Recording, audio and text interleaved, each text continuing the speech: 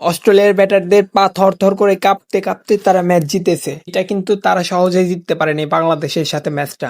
আমাদের শরীফুল আজকে যেই বলটা করেছে সেটা কিন্তু একদম অবিশ্বাস্য, অনেক ভালো বল করেছে। আমি এর আগের ভিডিওতে বলেছিলাম শরীফুল আজকে খেলতে নামলে অবশ্যই ভালো একটা উইকেটের দেখা পাবে, কারণ সে নতুন বলে ভালো বল করে, অন্যদের থেকে আলাদা। হ্যাঁ, শরীফুল এই জায়গাতে অন্যদের থেকে আলাদা। শরীফুল কেন অন্যদের থেকে আলাদা আমি আপনাকে বলি। শরীফুল আপনি নতুন যেই কোনো একটা মাঠে বা যে কোনো একটা পিচে শরীফুলকে বল করতে দিবেন, সে পিচ অনুযায়ী নতুন বল করার চেষ্টা করবে।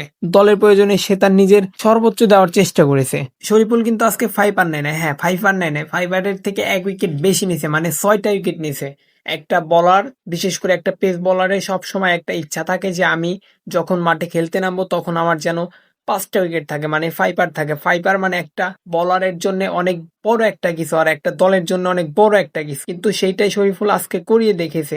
5 আর না, 5 আরের জায়গায় 6টা উইকেট একাই নিছে, আর অস্ট্রেলিয়া টিমকে একাই ধসিয়ে দিছে সে। সো অনেক ভালো করেছে শরীফুল। আমরা চাই শরীফুল যেভাবে বল করতেছে এইভাবে বল করুক এবং আগামী দিনে আরো ভালো বল করুক এবং বাংলাদেশের জন্য ভালো কিছু এনে দিক। বাংলাদেশ ক্রিকেট টিমের জন্য মন থেকে দোয়া রইল যেন পরবর্তীতে তারা ভালো কিছু করতে পারে।